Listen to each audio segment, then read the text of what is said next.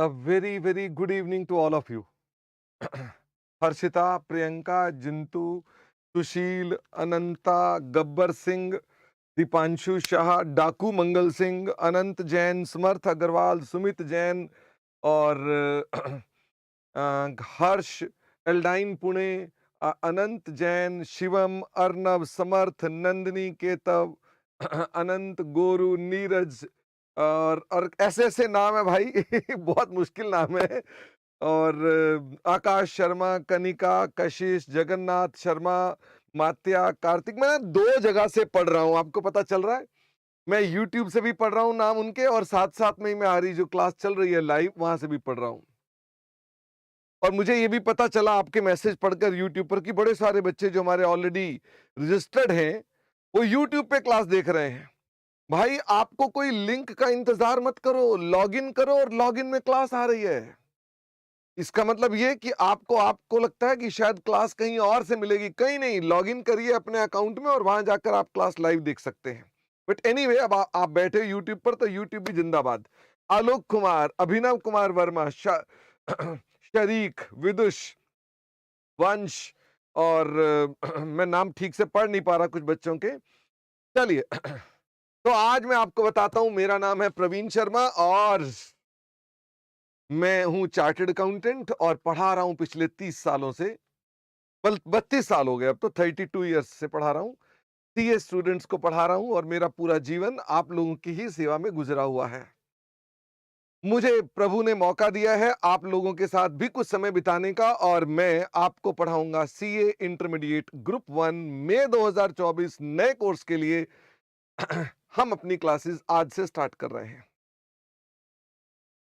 पहले तो आप में से बहुत सारे बच्चे ऐसे हैं जिनके ऑलरेडी डायरेक्ट एंट्री से वो आए हैं और उनकी भी बहुत स्वागत है। बहुत सारे बच्चे ऐसे हैं जो कि फरवरी में उनका रिजल्ट फाउंडेशन का आ गया था, लेकिन तब क्लासेस स्टार्ट नहीं की थी और अब से वो क्लास स्टार्ट कर रहे हैं।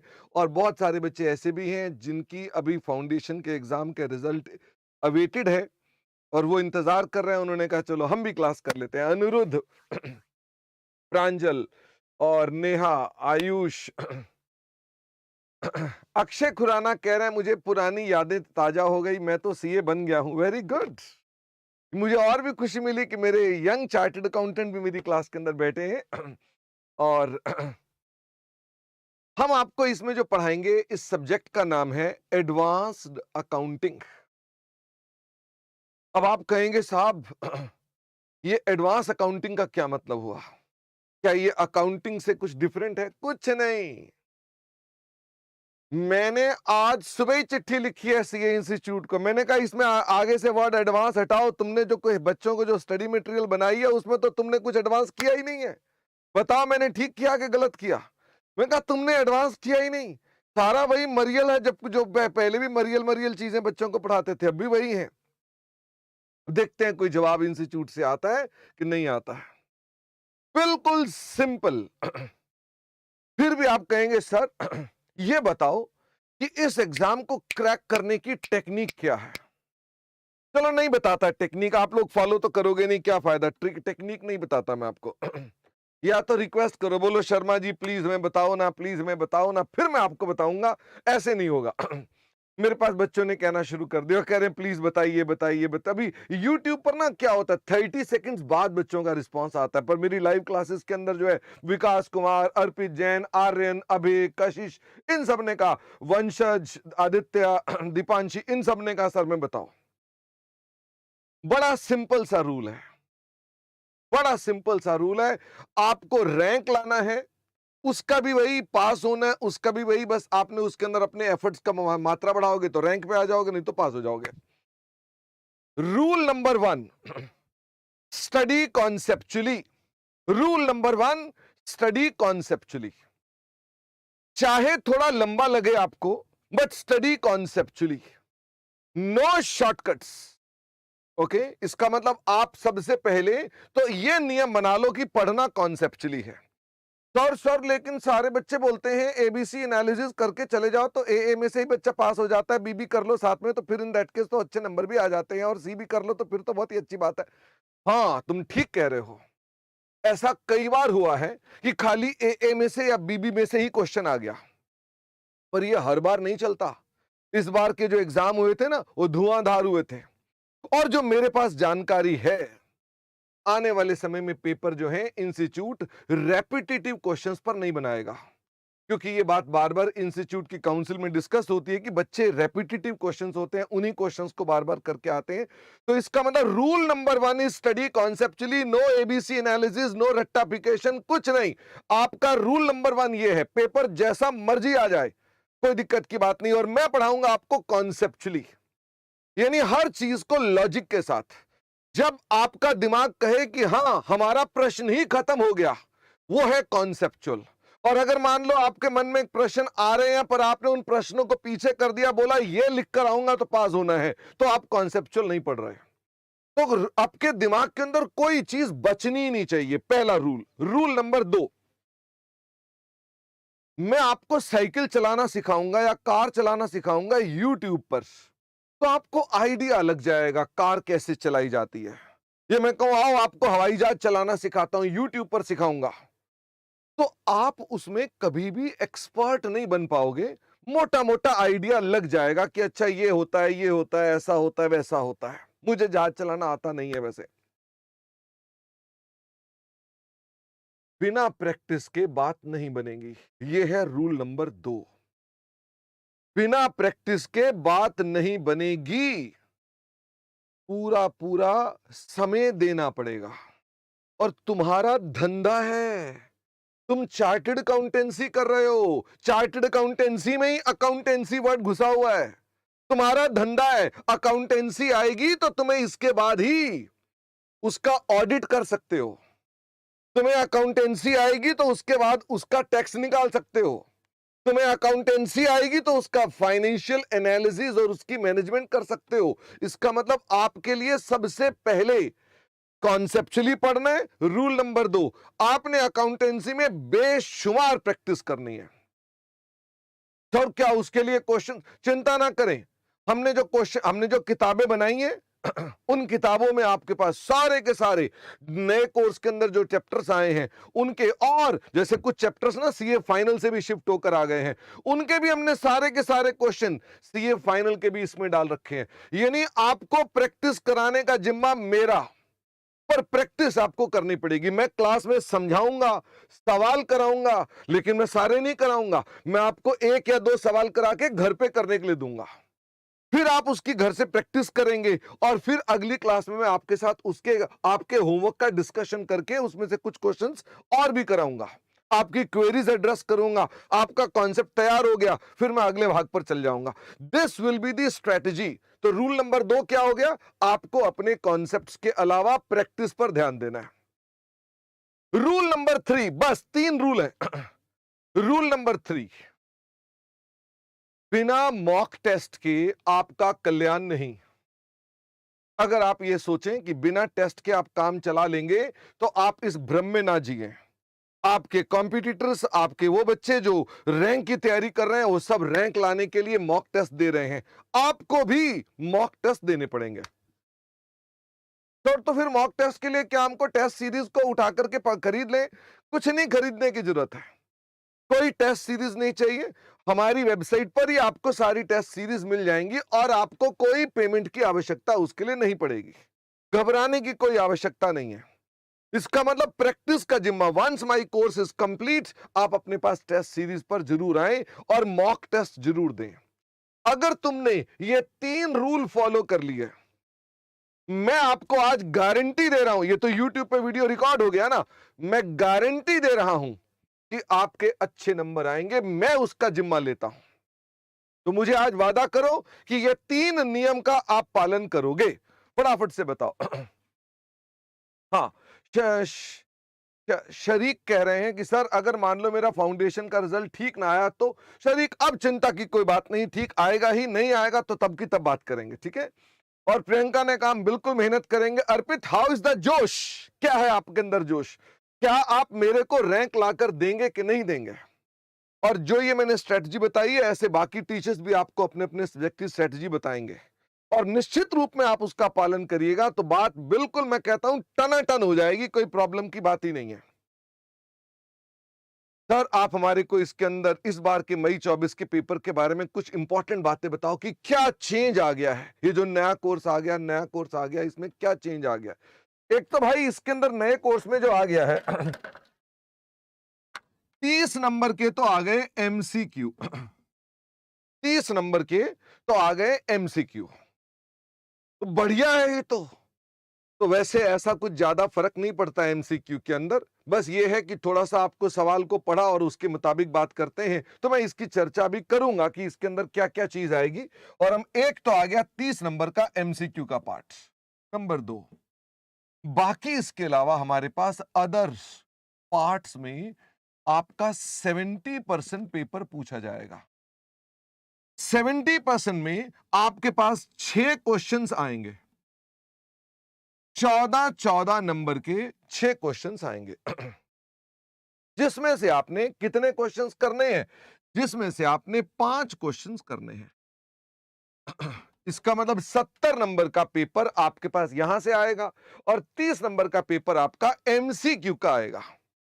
और हमारा टारगेट क्या है, हमारा टारगेट है हमें 90% प्लस मार्क्स लाने हैं। मेरा तो ये टारगेट है, तुम्हारा टारगेट क्या है मुझे नहीं पता।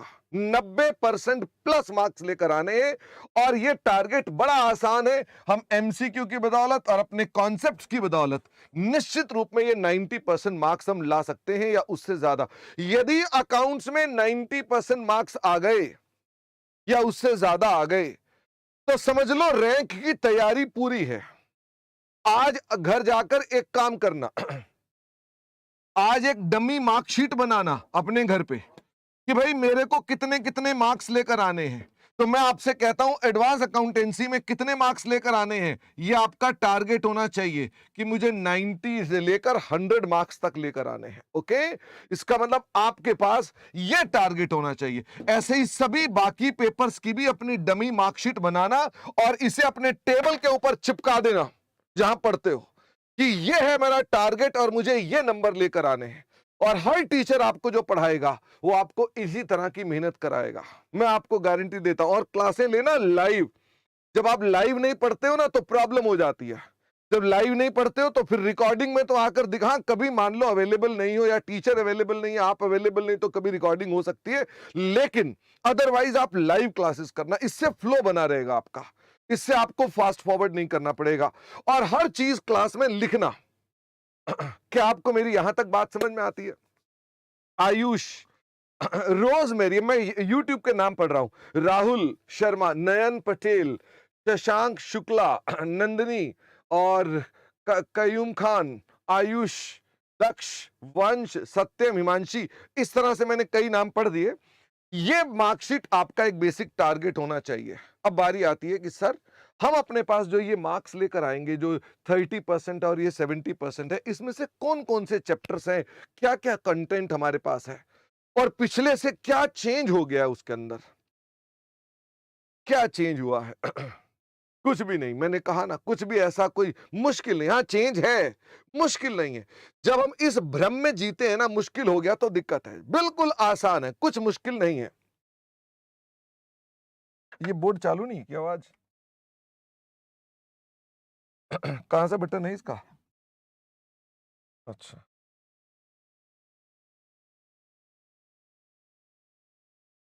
ये पहले बोर्ड ऑन क्यों नहीं किया हुआ था? अब भाई हम देसी टीचर हैं तो हमारे बोर्ड तो देसी ही हैं ठीक है।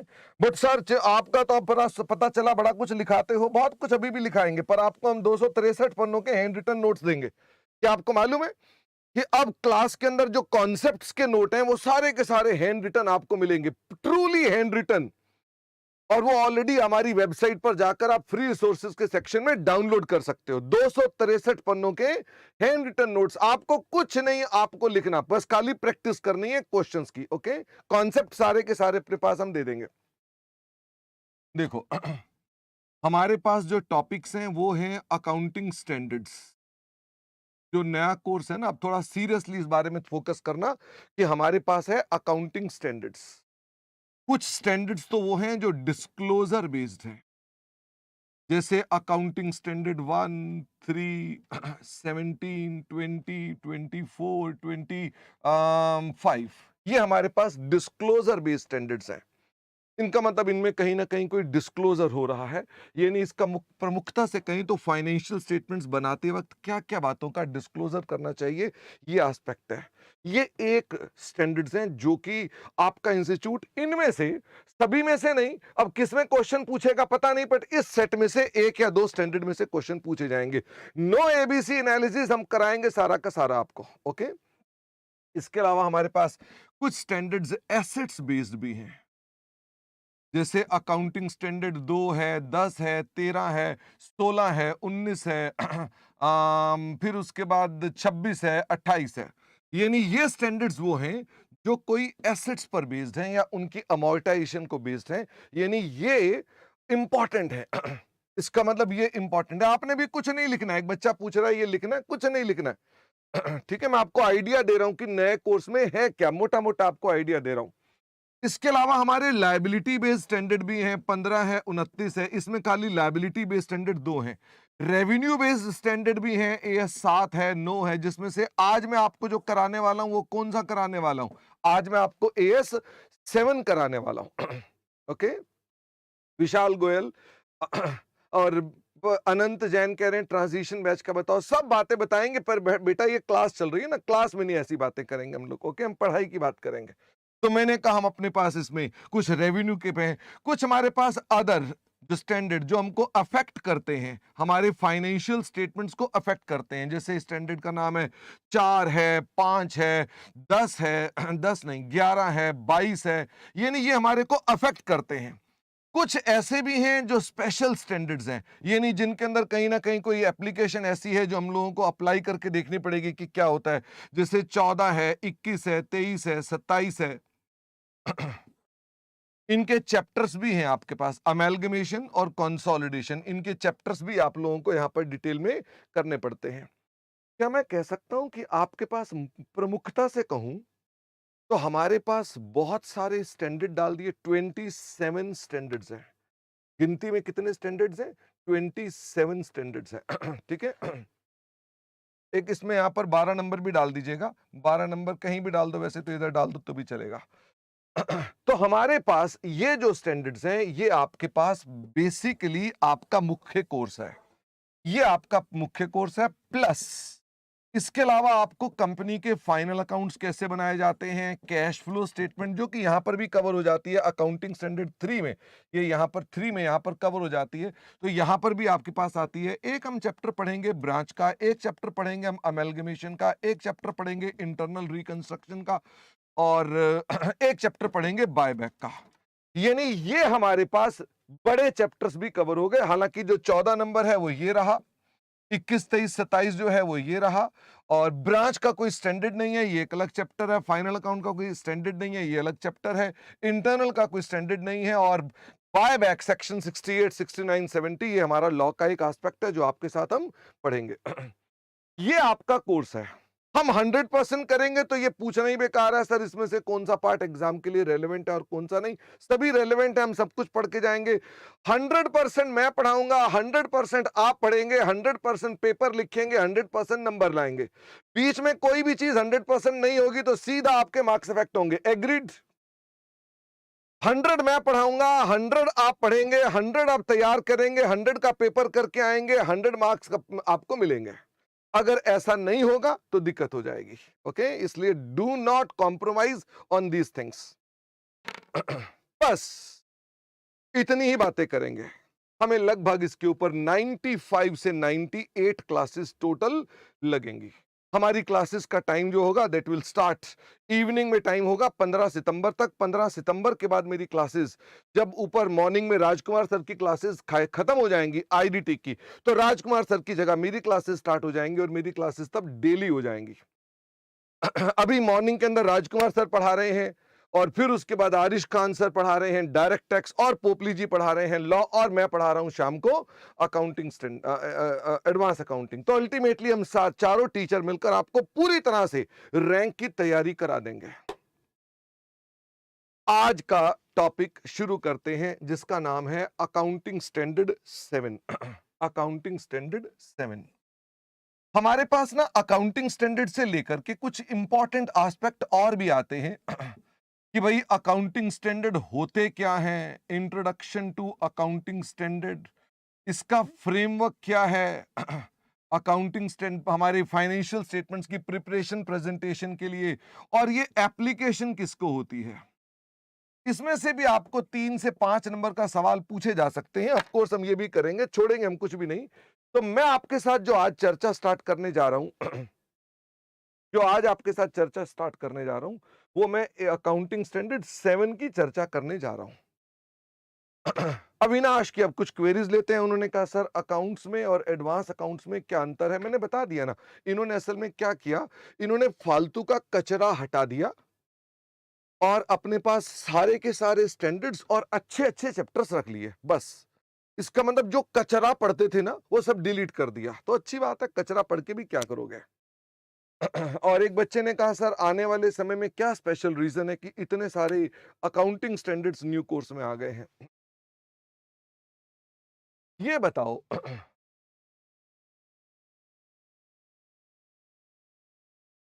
क्या आप कोई चीज बाजार से खरीदते हो तो क्या वो ब्रांडेड होती है, क्वालिटी मार्क लगा होता है उसके अंदर, तो उसका कस्टमर पर इफेक्ट होता है। फटाफट से बताओ क्या उसका कस्टमर पे इफेक्ट होता है। सब बच्चों ने कहा बिल्कुल होता है जी। तो ये बताओ अगर मान लीजिए मैं कहूं कि मेरी कंपनी के ये फाइनेंशियल स्टेटमेंट्स हैं, मान लेते हैं मेरी कंपनी के फाइनेंशियल स्टेटमेंट्स हैं, इस पे चार्टर्ड अकाउंटेंट ने साइन किए हुए हैं, तो इसका मतलब लोग इस पे ट्रस्ट करें तो अच्छी बात है। भाई चार्टर्ड अकाउंटेंट ने साइन कर दिए तो फिर तो ये ट्रस्ट वर्दी हो जाना चाहिए। अब मुझे ये बताओ कि तुम्हारे साइन ये इंस्टीट्यूट कैसे कंट्रोल करे कि तुम गलत जगह साइन ना करो। तुमने तो एक बार सीए कर ली, फिर तो तुमने कहा ला भाई कहीं भी साइन करा लो, मुझे कोई दिक्कत की बात नहीं है। प्रॉब्लम समझ रहे हैं। तो अब क्या हुआ, एक स्टैंडर्ड्स बना दिए गए और हम सबको मैंडेट कर दिया गया कि इस स्टैंडर्ड का काम करना है। सोचो मैं भी हलवाई और तुम भी हलवाई, तो अगर हम दोनों हलवाई हैं, हलवाई की ब्रांड बेसिकली कौन सा है, आईसीएआई के हलवाई, तो बताइए क्या हम अपने यहाँ जो जलेबियां तलेंगे और जो आप जलेबियां तलेंगे क्या वो अलग अलग नहीं होंगी। फटाफट से बताओ क्या जलेबियां अलग अलग हो जाएंगी। आदित्य ने कहा हाँ सर ये तो बिल्कुल अलग अलग हो जाएंगी। कोई मोटी जलेबी होगी, कोई पतली जलेबी होगी, कोई कैसी होगी। पर अगर आईसीआई मुझे गाइडलाइन दे दे कि तुमने तभी जलेबी बनानी है इन रूल्स के हिसाब से, तो सभी लोग अगर वैसे जलेबी बनाएंगे तो क्या स्टैंडर्डाइजेशन हो जाएगी। कहीं भी चले जाओ चार्टर्ड अकाउंटेंट वही बात करेगा। क्या ये अच्छा नहीं हो जाएगा। फटाफट से बताओ। The answer is yes. इसका मतलब ये कि चार्टर्ड अकाउंटेंट को सभी स्टैंडर्ड्स फॉलो करने जरूरी हैं। इसीलिए आपके कोर्स में फालतू कचरा चैप्टर्स को हटाकर स्टैंडर्ड्स को डाल दिया गया पूरी तरह से। इसका मतलब आप अपने जीवन में एक बड़े अच्छे प्रोफेशनल बन सकें, इसलिए सारे के सारे स्टैंडर्ड्स आपके कोर्स में डल गए। और फिर सीए फाइनल में आओगे तो फिर क्या पढ़ोगे, वहां सारे के सारे ना इनके बड़े भाई साहब का नाम है इंड एएस। ये एएस है, इनके भी बड़े भाई साहब हैं, उनका नाम है इंड एएस। वहां सारा का सारा ऐसा ही सिलेबस आएगा, वहां सारे इंड एएस आ जाएंगे। ऐसे ही ऑडिट वाले सर आएंगे, वो अपने ऐसे ले आएंगे सारे के सारे कि साहब ये वाला ऐसे ऐसे ऐसे होना चाहिए। और वैसे ही लॉ वाले सर आएंगे, वो कानून की बातें करेंगे। अल्टीमेटली जो कानून है या स्टैंडर्ड्स है हम इन सब का पालन करेंगे। तो मैं अपने साथ आज पहला अकाउंटिंग स्टैंडर्ड स्टार्ट कर रहा हूं। हमारी क्लासेस अभी शुरुआत में जब तक रिजल्ट नहीं आ जाता है तब तक बहुत लंबी लंबी क्लासेस नहीं होंगी। ये एक किस्म की छोटी छोटी सेशंस होते रहेंगे ताकि बच्चों को कोई भी स्ट्रेस ना हो। Once the result is out फिर हम आपको बताएंगे एग्जैक्ट डेट से कि हम अपने पास अपनी क्लासेस किस डेट से पूरी तरह शुरू कर देंगे। तब तक आपको किताबें भी मिल जाएंगी। किताबें आपको हमारे यहां से डिस्पैच कर दी जाएंगी 9 अगस्त को। तो आपके पास वो किताबें बाय प्रोबेबली 12-13 अगस्त तक किताबें मिल जाएंगी। किताबें छप रही हैं इस समय। हमने अपने पास एलएमएस उसमें रिसोर्सेज में भी किताब डाल दी है और हमारी वेबसाइट पर भी एक किताबों का उसका सॉफ्ट कॉपी होस्टेड है, तो आप तब तक उन सॉफ्ट कॉपी से अपना काम चला सकते हैं। ऐसे ही सीए इंस्टीट्यूट का भी स्टडी मटेरियल छप रहा है, वो भी प्रोबेबली आपको भी मिलने में कुछ समय लगेगा। तो यानी कि एवरीथिंग इज बेसिकली, क्योंकि नया कोर्स आया है और अभी 19 दिन ही हुए हैं खाली नए कोर्स को, तो ये थोड़ा सा इश्यूज आप सबको रहेंगे, ठीक है। चलिए, ये बताओ, कॉन्ट्रैक्टर्स जो होते हैं, ठेकेदार, ये वर्ड सुना हुआ है आपने, कॉन्ट्रैक्टर्स? तो मुझे कोई एग्जाम्पल दीजिए जो कोई कंस्ट्रक्शन का कॉन्ट्रैक्टर हो, कोई एग्जाम्पल दीजिए कंस्ट्रक्शन का कोई कॉन्ट्रैक्टर हो तो। तो अंकित कह रहे हैं हाँ नाम तो सुना हुआ है हमने। नहीं नहीं, आप वैसे जो आपने कहीं अब जाना हो किसी का, अविनाश ने नाम दिया है L&T, वेरी गुड। गार्गी ने नाम दिया है MR, अभय ने नाम दिया है DLF, वेरी गुड। इसके अलावा अनंत ने कहा Samsung. Samsung I am not sure कि सैमसंग तो मोबाइल बनाता है, वो कंस्ट्रक्शन का भी काम करता है, मुझे पता नहीं है। मोहित ने कहा L&T, शिवम ने कहा टाटा कंस्ट्रक्टर, अभय ने कहा लोधा, एक ने कहा, प्रेरणा ने कहा गोदरेज, निमित ने कहा हीरानंदानी, और पता नहीं बाप रे बाप, नहाई, DLF, अंसल, होमलैंड, गॉड, बहुत सारे आ गए। अच्छा, शिवम कह रहा है सैमसंग भी है, उसने बुर्ज खलीफा बनाया है, सुपर टेक भी है, अडानी साहब भी हैं। चलिए, ये कॉन्ट्रैक्टर अपने पास जब प्रॉफिट कैलकुलेशन होती है तो कैसे करें, क्योंकि इनके बिजनेस की एक यूनिक प्रॉब्लम है। जैसे मैंने आपसे अपने पास कहा कि बेटा मुझे फीस दो, मैं आपको पढ़ा देता हूं।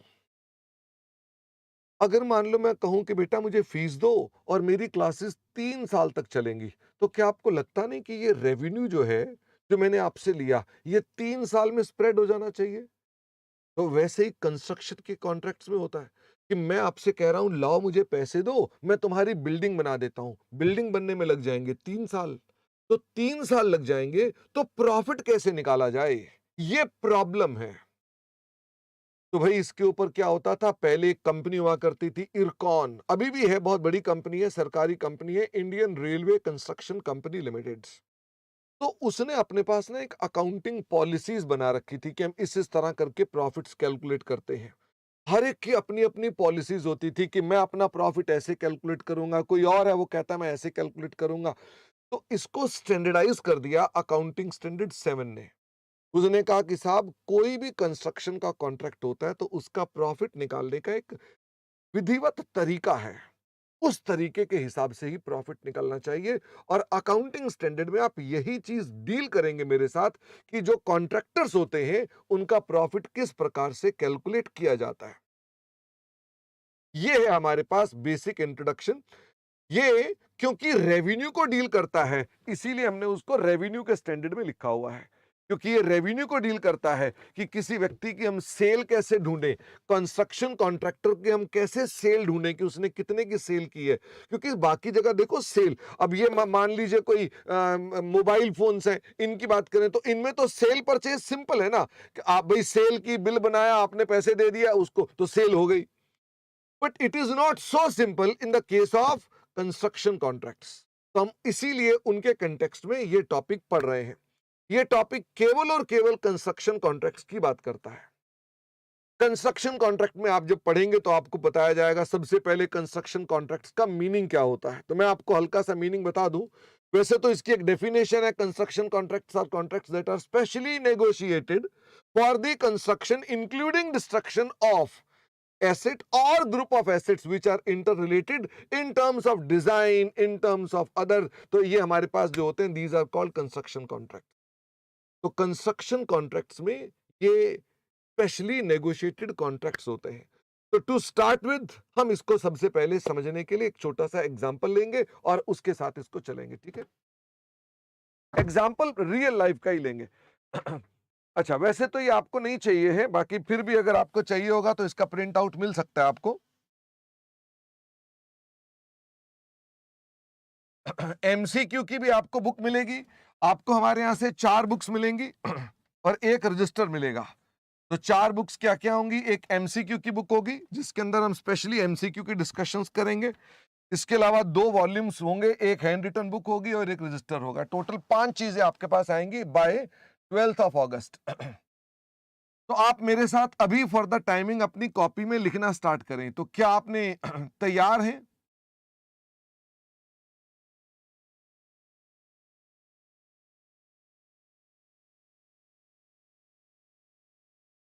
अकाउंटिंग स्टैंडर्ड्स 7 नाम है इसका।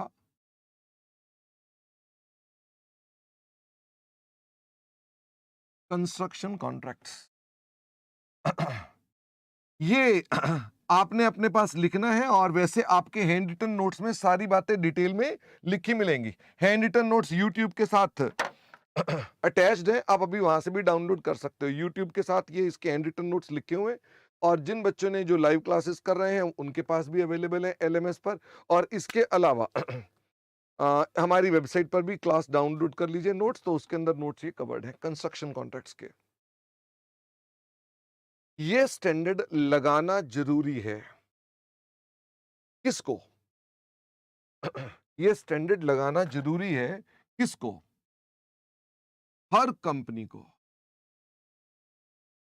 अच्छा, हर कंपनी को लगाना जरूरी है। हाँ, अदर देन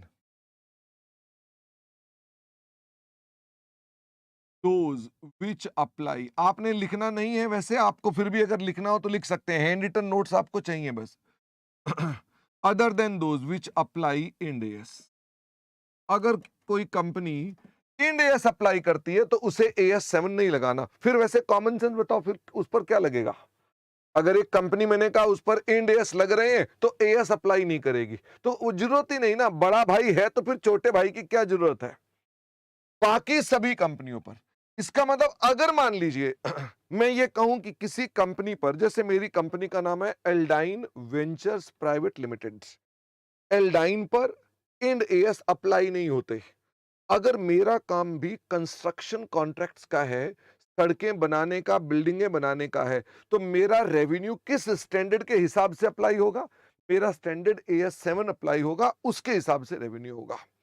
इसके अलावा नॉन कॉरपोरेट एंटिटी सारी की सारी भी एएस 7 लगाएंगी। नॉन कॉरपोरेट एंटिटी का कोई एग्जांपल दीजिए। नॉन कॉरपोरेट जो कंपनी नहीं है पर एंटिटी है, कौन सा हुआ? जो कंपनी नहीं है पर हमारे पास है। हाँ अविनाश, जो कंपनियां थी उनको तो अगर वो इंड एएस लगा रही हैं तो फिर ठीक है, फिर इंड एएस लगेगा। बाकी कंपनियां इस पर आ जाएंगी। जैसे मैंने एग्जांपल दिया, मेरी कंपनी का नाम है एल्डाइन वेंचर्स प्राइवेट लिमिटेड, तो मेरे पे इंड एएस अप्लाई नहीं होते।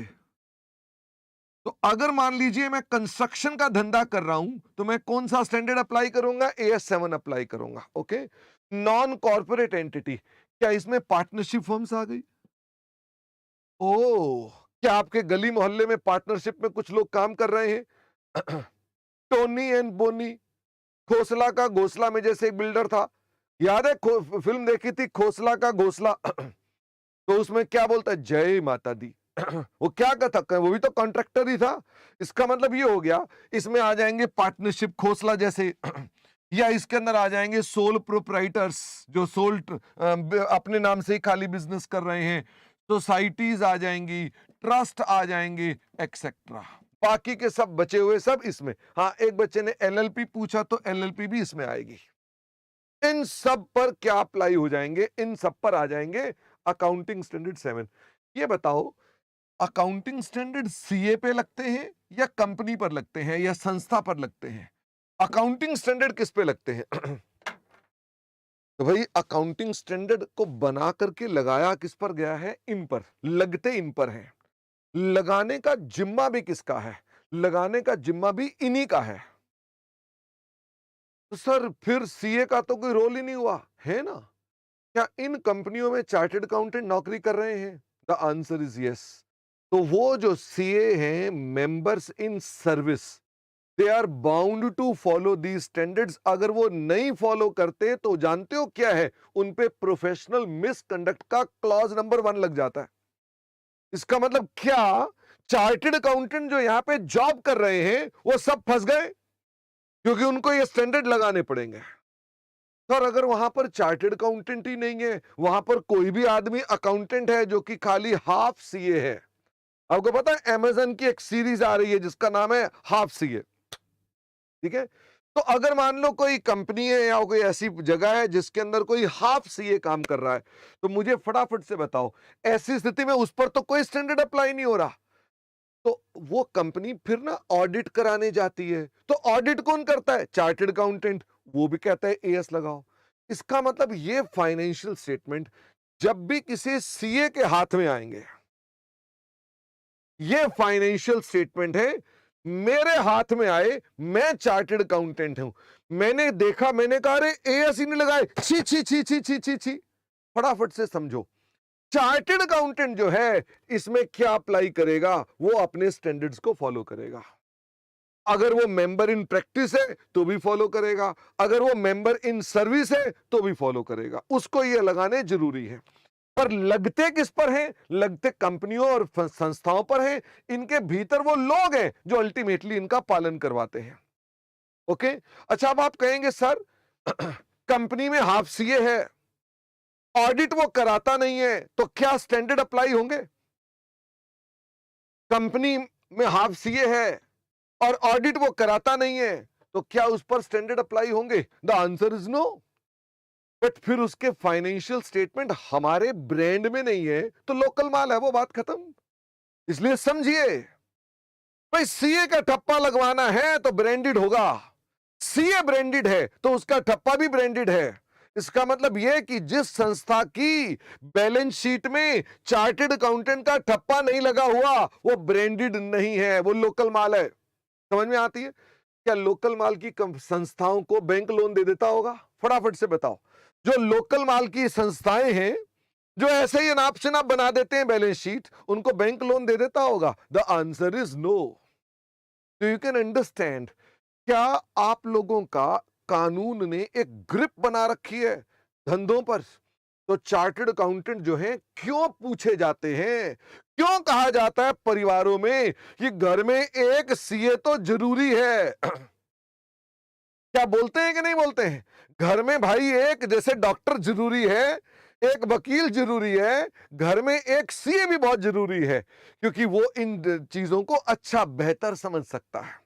इसलिए आपके माता पिता आपको प्रेरणा दे सकते हैं कि बेटा सीए कर लो, क्योंकि सीए संस्थाओं पर क्या है, ग्रिप बना के बैठा हुआ है।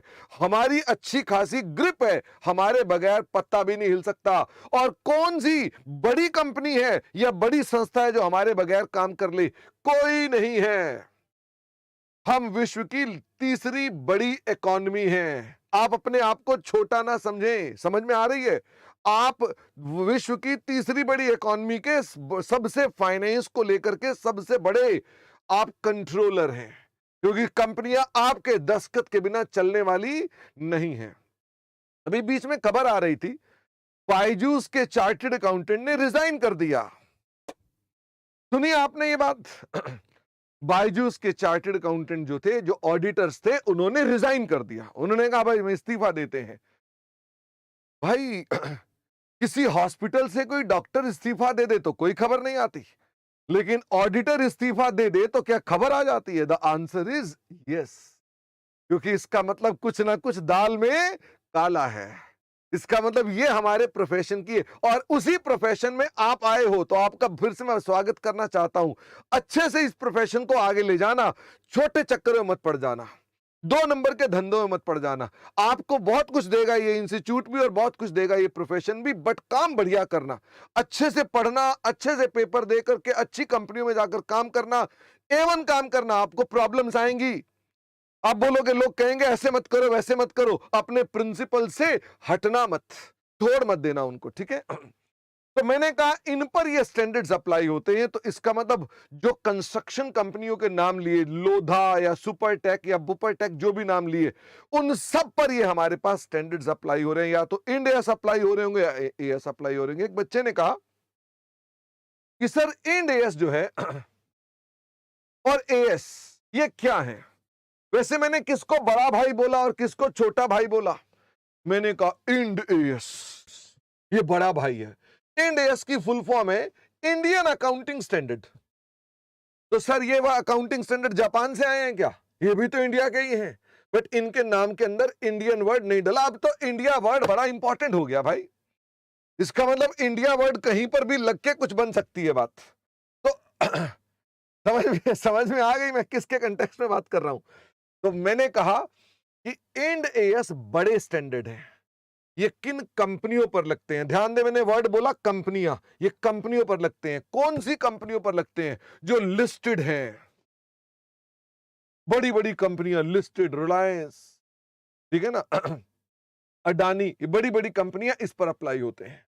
अच्छा, तथा जो छोटी भी हैं, जिनकी नेट वर्थ कितसे ज्यादा है या इक्वल टू और मोर देन 250 करोड़। इसका मतलब ये हो गया मेरे जैसी गरीब कंपनियों पर इंडिया सप्लाई हो रहे होंगे। मेरे 250 करोड़ की कंपनी नहीं, या 250 लाख की कंपनी नहीं है, 250 करोड़ की कहां से बन जाएगी?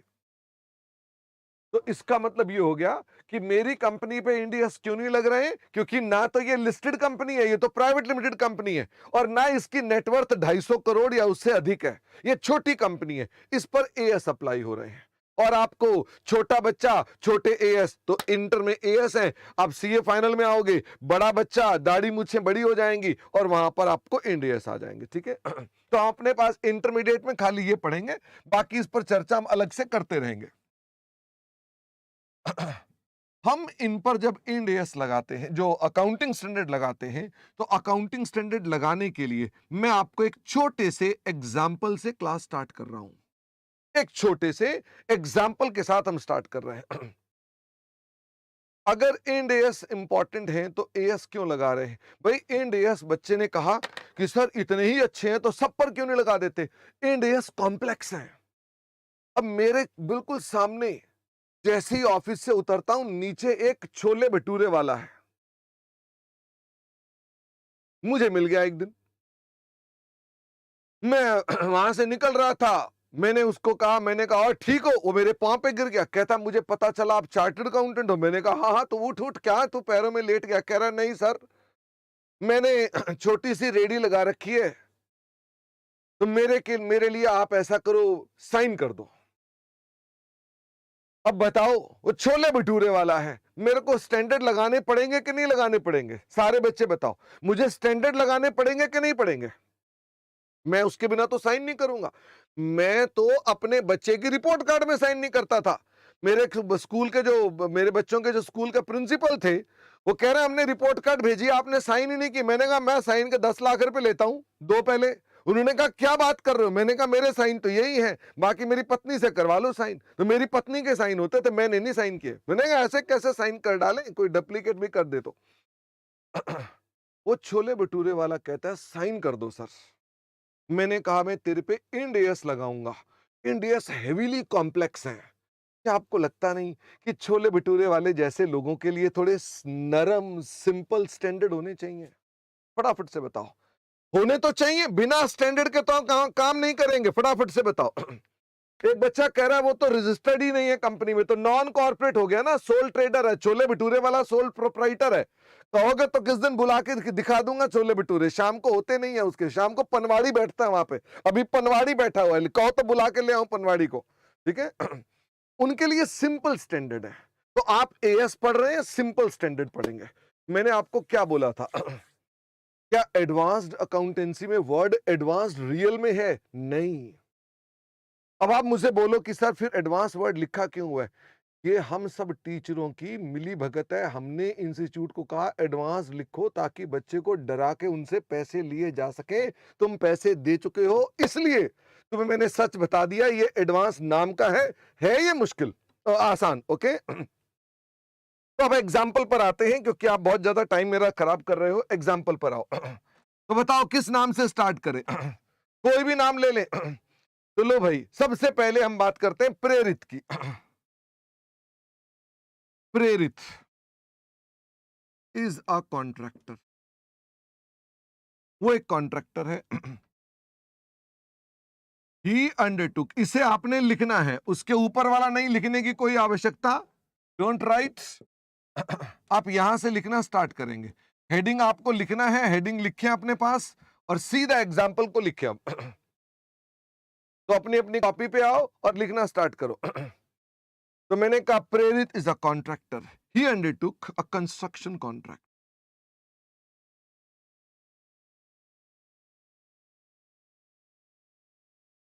4 rupees 10 lakh, which will take 3 years to complete। 2 कर दो चलो। 2 years to complete। मुझे बताना हर साल का रेवेन्यू कितना आएगा। हर साल का रेवेन्यू कितना आएगा। आप चार्टर्ड अकाउंटेंट हैं, सोच समझ के बताना, अबे डांट खाओ जाओगे पहली क्लास में ही। पहले साल का रेवेन्यू बताओ। मेरे पास अभय ने आंसर भेजा पर मैंने डरा दिया, तो अभय के बाद सारे चुप हो गए। उन्होंने कहा भाई, शिवम ने कहा 5 लाख रुपए, वेरी गुड। अभय ने भी 5 ही बोला था पहले, इसके अलावा अविनाश कह रहा जूम कर दीजिए, और अनीशा ने कहा 0, सत्यम ने कहा 5 लाख, मोहम्मद इरफान ने कहा 5 लाख। आदित्य, भाई जूम इतना करके घुस जाओगे क्या, थोड़ा मुझे भी दिखा दो। नहीं, थोड़ा जूम आउट करो ना। बस इतना रखो, बहुत है इतना। तो खुशी ने कहा 5 लाख रुपए, और बाकी सब बच्चों ने भी कहा 5 लाख रुपए। तो तुमने तो ये कह दिया काम करो या ना करो, 5 लाख रुपए का धंधा हो गया हमारा। ऐसे ही तो कंपनियां करती थी, क्या ये सही पॉलिसी है? काम करो ना करो, जैसे तुमने कहा कि मुझे अपना कोर्स कंप्लीट करना है 10 दिनों में, 5 दिन हो गए, तुमने किताब को हाथ नहीं लगाया, तो मैं बोलूं हाँ तुम्हारा आधा कोर्स तो हो गया भाई, बढ़िया हो, बधाई हो, तो आप बोलोगे यार काम तो कुछ किया नहीं, बधाई दे रहे हैं मुझको ये। इसका मतलब आपको रेवेन्यू क्या टाइम में डिस्ट्रीब्यूट करना चाहिए? ओहो, ये तो नहीं होना चाहिए। क्या ये काम कितना आपने किया उसके हिसाब से होगा? अब सारे बच्चे मुझे रिक्वेस्ट करो, बोलो शर्मा जी ये बताओ कितने परसेंट काम हो गया। कितने परसेंट काम हो गया? तो मैं आपको बताता हूं कि मेरा कितने परसेंट काम हो गया। तो मैंने आपसे कहा कि मेरा ईयर 1 में 30% वर्क कंप्लीट, और ईयर 2 में 70% वर्क कंप्लीटेड। मैं आपसे कह रहा हूं कैलकुलेट रेवेन्यू। सर ये रेवेन्यू और प्रॉफिट में क्या अंतर है? हम जब बोलते हैं वर्ड रेवेन्यू, तो वर्ड रेवेन्यू और प्रॉफिट में क्या अंतर है? तो रेवेन्यू का मतलब होता है ग्रॉस रिसीवेबल, सेल। समझ में आई बात? सेल। और प्रॉफिट का मतलब है सेल में से खर्चे माइनस कर दिए तो वो आपका प्रॉफिट है। तो मैं आपको कोई खर्चे की तो बात ही नहीं कर रहा, तो मैं आपको बोला रेवेन्यू निकालो, मतलब सेल का हिस्सा बताओ कि मेरा सेल कितनी है। तुम सेल को रेवेन्यू को इकट्ठा इंटरचेंजेबली बोल सकते हो। सेल वर्ड थोड़ा सा श्रूड वर्ड है, रेवेन्यू थोड़ा सा वाइडर है। इसका मतलब रेवेन्यू में कुछ चीजें ऐसी भी आएंगी जो अदर देन सेल भी हो जाएंगी, ठीक है। तो मैंने कहा मेरे को रेवेन्यू बताना है। तो सबसे पहले मुझे बताओ कि हम इसका रेवेन्यू जब लिखेंगे तो solution, calculation of revenue for year 1, for year 1। पहले साल का रेवेन्यू बता, कितना रेवेन्यू होगा पहले साल का रेवेन्यू? पहले साल के अंदर आपका टोटल अमाउंट कितने रुपए का आ रहा है, तो इसको हम बोलते हैं वर्ड कॉन्ट्रैक्ट रेवेन्यू। तुम बताओ जरा मेरे पास कॉन्ट्रैक्ट रेवेन्यू कितना है, यानी कि टोटल कुल 10 लाख। पहले साल में स्टेज ऑफ कंप्लीशन, इसे डिग्री ऑफ कंप्लीशन भी बोलते हैं। तो हमारी कितने परसेंट कंप्लीशन हो गई है? 30%। तो मेरे पास यहां पर जब रेवेन्यू हम रिकॉर्ड करेंगे तो रेवेन्यू ऑफ द पीरियड कितने का आ गया? This is equal to 3 lakh. Oh my god, हमें तो यकीन ही नहीं हो रहा, हमने इस बात के पैसे दिए हैं इनको। तुमसे धोखा हो चुका, ये इतना आसान था, तुमने क्लासेस खरीद ली, तुमसे धोखा हो चुका है। ऐसा ही सब कुछ यही है और कुछ नहीं, इसका नाम ही एडवांस है, एक्चुअल में कुछ नहीं है। अब मुझे बताओ कि फॉर ईयर 2 मैं ना इसी को थोड़ा थोड़ा आगे आगे कॉम्प्लेक्स करता जाऊंगा और आप कहेंगे अरे आपको पता भी नहीं चलेगा, बोलेंगे अरे आपको तो क्या है, इसमें तो कुछ है ही नहीं। बस अगर आपने पूरा चैप्टर पढ़ डाला और हर बार यही कहते रहे हाँ ये तो बहुत आसान है, ये तो बहुत आसान है, मैंने कहा चैप्टर खत्म हो गया, तो बढ़िया हो गया ना, फिर कॉन्सेप्ट क्लियर है आपके। और फिर आपने प्रैक्टिस पे जोर देना है। रूल 1 पहला हमने कर दिया, कॉन्सेप्ट मैं क्लियर कराऊंगा, फिर तुम पूरी प्रैक्टिस करोगे और आखिरी में तुम मॉक टेस्ट की तैयारी करोगे। ओके। ईयर 2 में जरा मुझे बताइए कि आप 10 लाख का 70% लेंगे, तो मैं ना ऐसे नहीं करूंगा, मैं ऐसे करूंगा। मैं कहूंगा 10 लाख में मेरा स्टेज ऑफ कंप्लीशन, मुझे बताना मेरी स्टेज ऑफ कंप्लीशन में क्यूमुलेटिव बेसिस पे देखूंगा। मतलब अब तक फिल्म आई थी ना अब तक 56, वैसे ही मैंने कहा अब तक मतलब इस साल के नहीं, टोटल अब तक मुझे बताना अब तक कितना काम कर चुके हो आप। अगर मैं ईयर 2 के एंड में पूछूं अब तक कितना काम कर चुके हैं, the answer is very good Anisha Aditya, answer is अब तक 100%। तो इसका मतलब ये हो गया मेरा contract revenue to be recognised, जो कि अब तक अप टू सेकेंड ईयर कितना हो गया 10 लाख, लेकिन 3 लाख तो आप पहले रिकॉर्ड कर चुके हैं, तो कितना कॉन्ट्रैक्ट रेवेन्यू हो गया अगले साल का, तो सेकेंड ईयर का रेवेन्यू कितना हो गया 7 लाख। सर हमें ना आपकी बात तो समझ में आई है, पर आप ऐसा करके रहे हो, मुझसे पूछो। बोलो शर्मा जी ये समझ में नहीं आ रही बात की, आप ऐसा क्यों घुमा रहे हो, सीधा सीधा क्यों नहीं करते। इनका बहुत अच्छा क्वेश्चन पूछा है कि सीधा सीधा क्यों अपने पास नहीं करते। क्योंकि आपको ये लगता है कि खाली खाली परसेंटेज ही तो बदली है, आपको लगता है ये 10 लाख फिक्स्ड है। क्या आपको मालूम है सेकेंड ईयर में आके ये 10 लाख की फिगर चेंज हो सकती है। मैं आपके साथ बात करूंगा, आप सारे बच्चे मेरे साथ साथ देखना। मैं बात कर रहा हूं इस समय शशांक शुक्ला से, जो कि यूट्यूब पर बैठे हैं।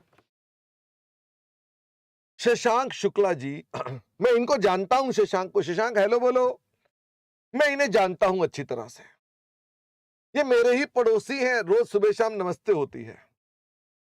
शशांक ने मेरे को कॉन्ट्रैक्ट दिया था 10 लाख रुपए में, वो अपनी कोई बिल्डिंग की मरम्मत करवा रहा है और उसने कहा शर्मा जी ये बिल्डिंग की रिपेयर कर दो। मैंने शशांक से 10 लाख रुपए का कॉन्ट्रैक्ट लिया है। ये बताओ आप चार्टर्ड अकाउंटेंट हैं, मेरे को 2 साल लगेंगे शशांक के यहां काम करने में। क्या इन 2 सालों में शशांक ऐसा नहीं है कि कुछ बदल जाएगा, बोलेगा सर ये भी कर दो, ये भी कर दो, या ये मत करो? क्या ये होगा कि नहीं होगा, फटाफट से बताओ। निशु कुमार क्या ऐसा होगा कि नहीं होगा? आप चार्टर्ड अकाउंटेंट हैं, आप लल्लू पंजू नहीं है। अंकित कह रहे हैं पक्का ऐसा तो होगा। तो वर्ष मेरी बात समझे, इसका मतलब ये कि हमारे धंधे में जो ये रेवेन्यू है ना, क्या ये अगले साल फिर बदल जाएगा? तो तुम 70% अगर निकालोगे तो तुम्हारा पिछला साल भी तो चेंज हो जाएगा, क्योंकि तुम्हारा पिछला साल भी बदल जाएगा। Therefore, we have developed one method। ये एक मेथड, अच्छा ये जो मैं पढ़ा रहा हूं ये सब मेरे द्वारा बनाया गया है या ये institute of chartered accountants of India के द्वारा बनाए गए अकाउंटिंग स्टैंडर्ड, जो कि approved by ministry of corporate affairs and notified by central government है? ये कौन से किसने बनाया रूल? मेरा तो कोई एग्जिस्टेंस ही नहीं है, बनाने वाले कोई है, हम पढ़ाने वाले हैं हम तो। ओके, इसका मतलब ये तो वो चीज है। तो मैं इसका प्रिंट आउट रख लेता हूं। वो गाना सुना ना भजन, देनहार कोई और है ठीक है ना, भेजत जो दिन रैन, आ हा लोग भरम हम पे करें ताको नीचे नैन। चलिए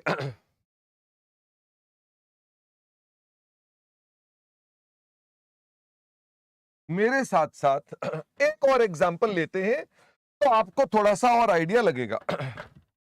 अच्छा इस मेथड का कोई नाम रख दिया जाए तो कैसा रहेगा? इसका कोई नाम रख दिया जाए, जो मैंने ये किया इसका नाम रख दिया जाए, तो इसका नाम रखते हैं हम लोग परसेंटेज ऑफ कंप्लीशन मेथड। नाम पसंद आए तो वाह वाह कर देना। Percentage of completion method. वैसे ये बताना कि तुम लोग अपने पास जब घर पे पढ़ रहे होते तो तुम्हारी परसेंटेज ऑफ कंप्लीशन क्या है? सब कह रहे हैं वाह वाह वाह, मैंने कोई शेर सुना है तुम वाह वाह लिखे जा रहे हो, है? ऐसे क्या मतलब है? हाँ निशु ने कहा सर बोर्ड के प्रिंट आउट कहां मिलेंगे? वैसे तो बोर्ड के प्रिंट आउट हमारे एलएमएस से मिलेंगे, बट मैं इसको यूट्यूब पर भी डलवा दूंगा। ओके। लिखेंगे एक और एग्जाम, कैलकुलेट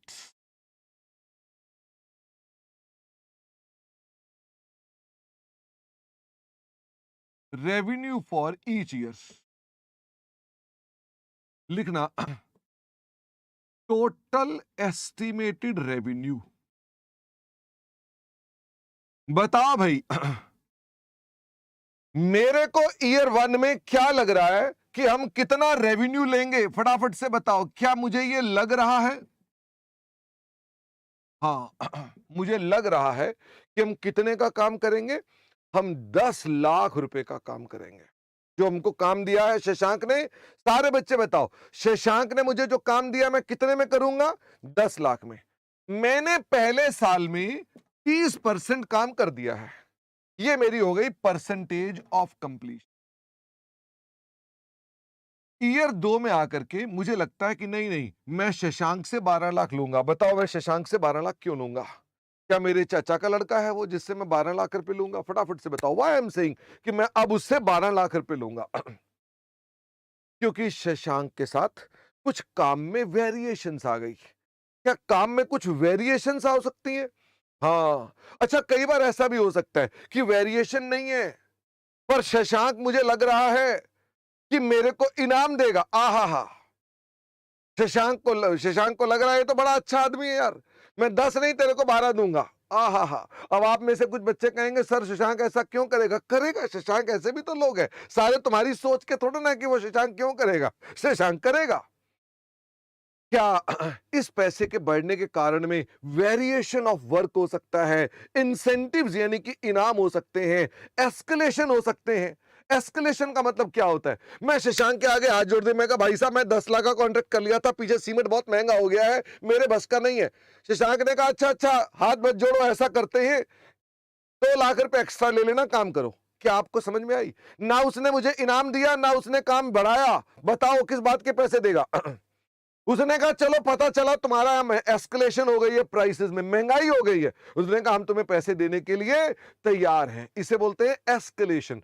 तो हर्ष और हर्षिता, हम इसे इन्फ्लेशन नहीं बोलते, we call it escalation. Okay. तो मुझे यहां पर लग रहा है कि मुझे 12 लाख देगा। वैसे अब तक मैं कितने परसेंट काम कर चुका हूं? 70%। अच्छा, ये मैं कुछ भी ना लिखूं तो ये ड्यूरिंग द ईयर 2 लिखूंगा या मैं क्यूमुलेटिव लिखूंगा? तो मैं अब से हमेशा जब भी लिखूंगा ये क्यूमुलेटिव लिखूंगा, मतलब अब तक 70। मुझे बताओ अब तक 70 का मतलब कितना हो गया? दूसरे साल में कितना काम और कर लिया तुमने? दूसरे साल में 40% काम और कर लिया। ईयर 3 में आकर तुम्हारा अब रेवेन्यू हो गया है 15 लाख। शशांक ने तो गजब ही कर दिया। शशांक कह रहा मैं आपको सर हम तो और काम दे रहे हैं आपको। मैंने कहा लो, और मैंने अपने पास 100% काम कंप्लीट भी कर लिया है।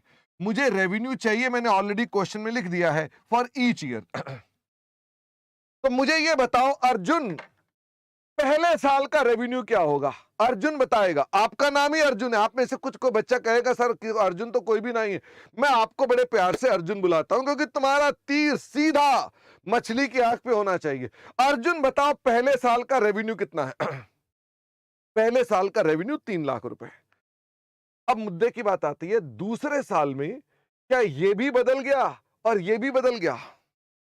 हम्म तो आप ट्राई करो दूसरे साल का रेवेन्यू कैसे निकालेंगे। ध्यान देना, जो पिछला तो चेंज हो गया भाई, अब रेवेन्यू 12 लाख हो गया तो इसका भी तो 30% हो गया। तो फटाफट से मुझे बताओ दूसरे साल का रेवेन्यू क्या होगा? भाई पहले साल का रेवेन्यू तो आपने निकाल दिया, 10 लाख का 30%, 3 लाख।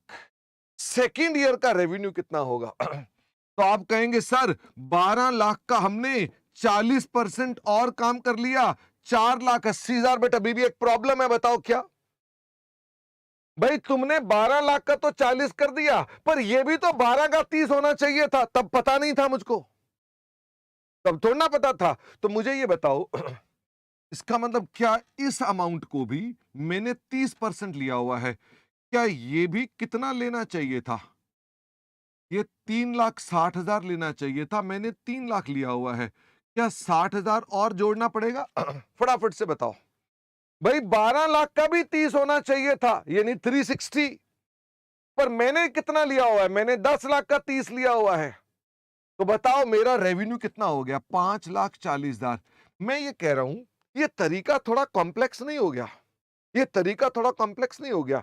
तो इसीलिए हम जब इसका सॉल्यूशन करते हैं तो हम ऐसी टेबल बना लेते हैं। अब ध्यान देना, ये टेबल की आवश्यकता क्यों लग रही है? कॉन्सेप्ट तो वही है, टेबल की आवश्यकता क्यों लग रही है? हम इसको सिंप्लीफाइड तरीके से प्रेजेंट करना चाहते हैं। हिमांशी देखो, फटाफट से बताओ हिमांशी, कॉन्ट्रैक्ट रेवेन्यू आपको पहले साल में तो नहीं पता ना कि 12 लाख हो जाएगा? फटाफट से बताओ हिमांशी, पहले साल में तो नहीं पता ना कि आपका कितना काम, आपने कितना रेवेन्यू मिलेगा? आपको आज क्या लग रहा है? 10 लाख मिलेगा, तो आपने 10 लाख देख लिया। अच्छा, आपने एस्टिमेट किया कि कितने परसेंट कंप्लीट हो गया, तो मुझे फटाफट से बताओ कितने परसेंट कंप्लीट हो गया? 30%। तो आपके हिसाब से कितने का कॉन्ट्रैक्ट रेवेन्यू बुक होना चाहिए? 3 लाख। बोलो हाँ हिमांशी, पहला पार्ट ठीक है। अब ये बताओ, जब अगला साल आया तो ये अनुमान मेरा बदल गया, ये अनुमान कितना हो गया? 12 लाख।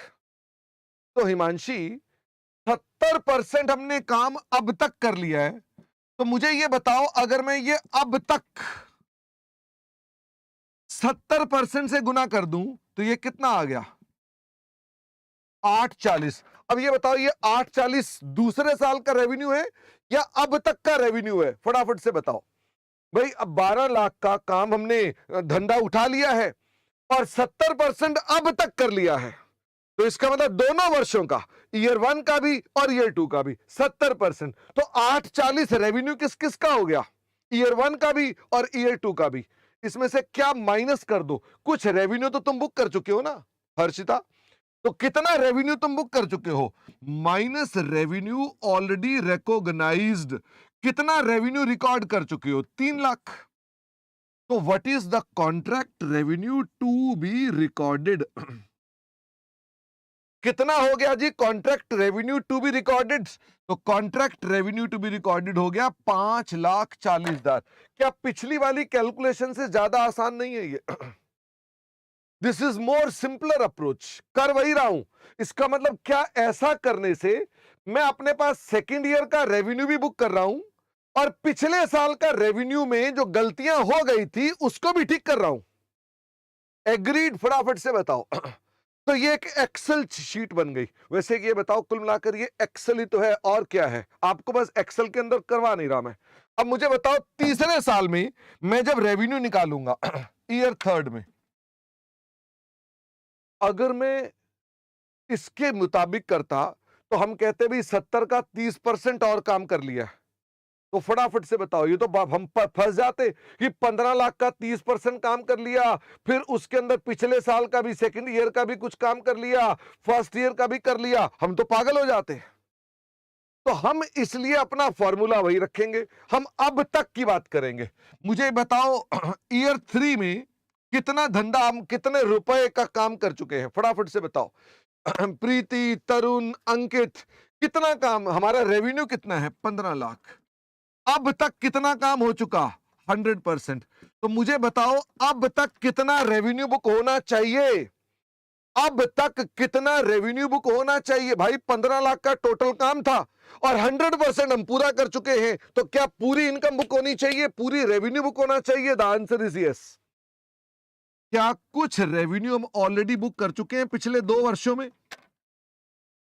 पिछले 2 वर्षों में कितना रेवेन्यू बुक कर चुके हैं? 3 लाख ये रहा, 540 ये रहा, या ये देख लो 840।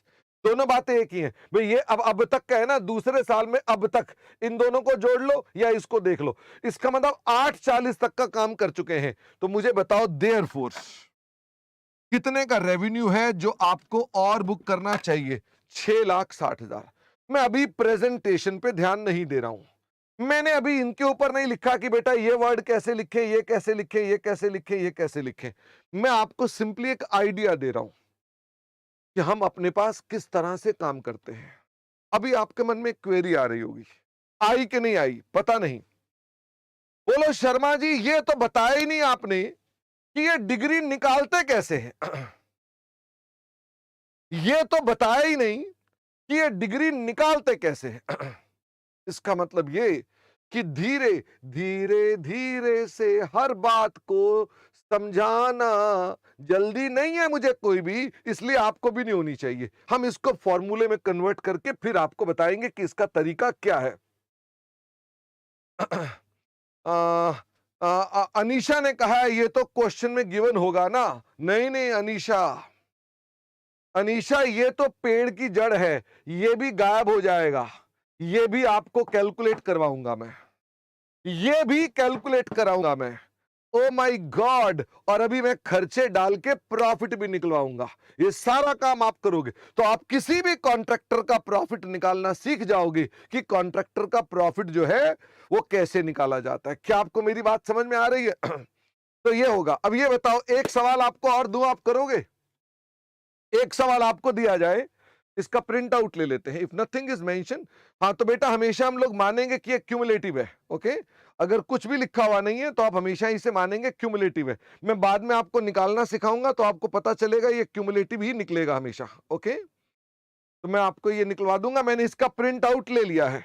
इसके प्रिंट आउट एलएमएस पर मिल जाएंगे, या अभी कुछ दिन क्लासेस यूट्यूब पर भी रहेंगी तो यूट्यूब पर भी मिल जाएंगे।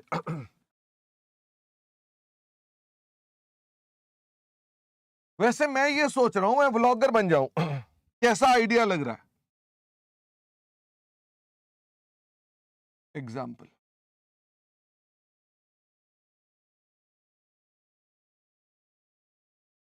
बढ़िया रहेगा। विकास भी कह रहा बढ़िया रहेगा, वो बढ़िया है। मैं ट्रेनिंग ले रहा हूं वैसे आजकल। मैंने कहा भाई ऐसा है, हम भी व्लॉगिंग करते हैं, हमारे टाइम पर यूट्यूब था नहीं, अब आया है, अब क्या करें। अच्छा आपको मैं बता दूं कि वैसे मेरी और आपके पापा की उम्र बराबर है। तो आप मेरे को चाचा ताऊ बोल सकते हो। अब बोल सकते हो चाचा जी कैसे हो, मैं आपके चाचा और ताऊ का जी उम्र का हूं। ठीक है, तो अंकित ने कहा मैं बोलूंगा आपको आज से ओके ताऊ जी। ओके, तो आपके चाचा और ताऊ अगर ब्लॉगिंग करें तो चलेगा? अरे सर चलेगा, कोई दिक्कत की बात नहीं, हम तो कोई दिक्कत की बात नहीं। तो हम लोग अपने पास चाचे ताऊ भी अब ब्लॉगिंग करेंगे, अब जमाने में पीछे ना रहेंगे। ठीक है। चलो। हाँ दीपांशी कह रहे हैं आप ब्लॉगिंग करोगे तो पढ़ाना छोड़ दोगे। नहीं नहीं, मुझे ना खाने पीने का बहुत शौक है, तो मैं जगह जगह जाके खा खा के बताऊंगा कि इसके छोले भटूरे कैसे हैं और इसका सामान खाने पीने की कचौड़ी कैसी है या इसके समोसे कैसे, ये आपको बताऊंगा मैं। ओके। इससे मेरा भी काम चल जाएगा और आपका भी काम चल जाएगा। भाई इतना सही करेंगे, जब जब छुट्टी हुआ करेगी तो आपको बताएंगे कौन सी दुकान के दही भल्ले अच्छे हैं और किसके नहीं है। लिखो L&T has a contract for rupees 20 lakh.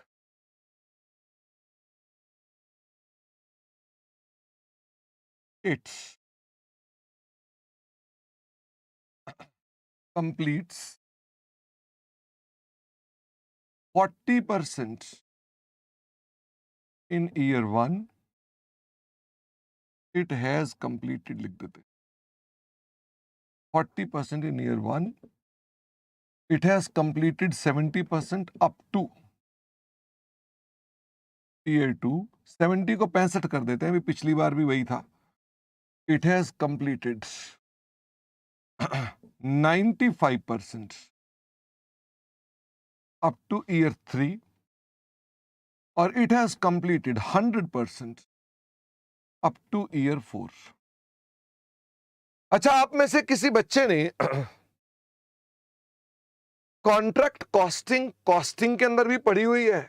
आप में से तो बहुत बच्चे तो ऐसे होंगे जो डायरेक्ट एंट्री से आए हैं, तो उन्होंने हो सकता पढ़ी हो। हर्षिता कह रहे हैं हाँ सर हमने तो पढ़ा हुआ है, गौरी ने भी पढ़ा हुआ है, बहुत बच्चों ने मना भी किया है।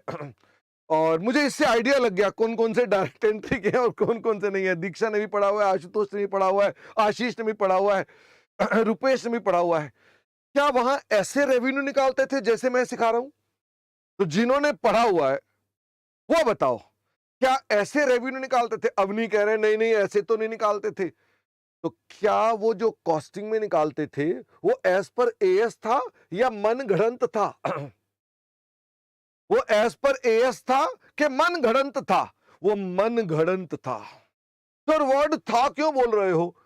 क्योंकि सीए इंस्टीट्यूट को जब होश आई है तो उसने वो चैप्टर भी डिलीट कर दिया है कॉस्टिंग में से। ओ माय गॉड! सर क्या मई 2024 की कॉस्टिंग में कॉन्ट्रैक्ट कॉस्टिंग हटा दिया गया है? हाँ, अब यही है कॉन्ट्रैक्ट कॉस्टिंग। तुम ही हो माता पिता, तुम ही हो, अब यही है। तुम ही हो बंधु सखा, यही है भाई कॉन्ट्रैक्ट कॉस्टिंग, और कुछ नहीं है। तो जो आपने वहां पढ़ा था वो छोड़ दो, वो नहीं चाहिए आपको, यही है सब कुछ। ओके, हाँ, जिंतु कह रहे हैं सर आप अच्छा गाते हो। वैसे मैं बताता हूं मैं क्यों गाता हूं। वो जो आपके आसपास मच्छर उड़ रहे हैं ना, वो जब गाने की आवाज सुनते हैं तो वो स्क्रीन से जाके टक्कर मारते हैं मेरे को मारने के लिए और मर जाते हैं। तो मैं ये गाना गा के आपके पास इर्द गिर्द जो मच्छर बैठे हैं उनको हटा रहा होता हूं, ठीक है। चलिए, तो मैंने कहा ऐसा ऐसा है, फिर मैंने कहा contract variations in year 2 plus 5 lakh, इसका क्या मतलब है? What does contract variations in year 2 means? दूसरे साल में प्लस 5 लाख की वेरिएशन आई है। इसका मतलब ये हो गया कि अब 20 लाख के स्थान पर हमें कितने पैसे मिलेंगे? हमें अब 25 लाख मिलेंगे। अच्छा, ये 25 ही मिलने थे तो पहले दिन क्यों नहीं बताया उसने? वो पहले दिन धंधे में नहीं होता ना, धंधे को समझो। धंधे में सारा कुछ पहले दिन नहीं पता चल जाता। क्या धंधे में समय लगता है? हाँ, धंधे में समय लगता है, बादे पता चलेगा। इसका मतलब ये वेरिएशन आ गई। कॉन्ट्रैक्ट एस्केलेशन इन ईयर 3 प्लस 2 लाख, मतलब क्या हो गया बताओ जी? अब कितने पैसे मिलेंगे बताओ? तीसरे साल आते आते जब पता चला तो ये 25 रहेंगे कि ये उड़ जाएंगे? ये 25 रहेंगे कि उड़ जाएंगे? ये तो रहेंगे ही रहेंगे। इसके ऊपर 2 और भी मिल जाएंगे, इसके ऊपर और, तो कितने पैसे हो गए? 27 लाख। कॉन्ट्रैक्ट इंसेंटिव्स इन ईयर 4 50,000। वैसे क्या ये -50,000 भी हो सकता है? -50 भी हो सकता है, हाँ। अच्छा, इंसेंटिव का उल्टा क्या होगा बताओ जरा, आप चार्टर्ड अकाउंटेंट हो। फटाफट से बताओ इसका उल्टा क्या होगा? तो इसका उल्टा होगा इंसेंटिव का पेनल्टी। क्या हमेशा मैं जिसके लिए काम कर रहा हूं वो मुझे देख के खुशी होगा? वो कहेगा नहीं नहीं यार तुमने तो बिल्कुल खराब काम कर दिया यार, बहुत परेशान किया तुम्हारे को, तो मैं 50,000 रुपये काट लूंगा। इसका मतलब मेरे को वो यहां पर उल्टा भी कर सकता है। इंसेंटिव मतलब वो कहता है क्या बढ़िया काम किया तो इनाम दे रहा है, और इनाम का उल्टा क्या है? वो पेनल्टी लगा रहा है।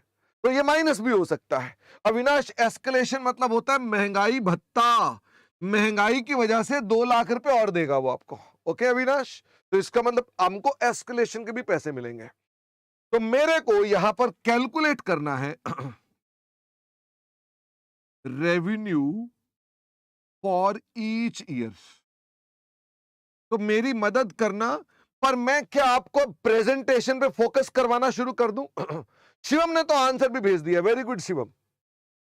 वेरिएशन और एस्केलेशन में क्या डिफरेंस है? वेरिएशन होता है काम बढ़ा दिया।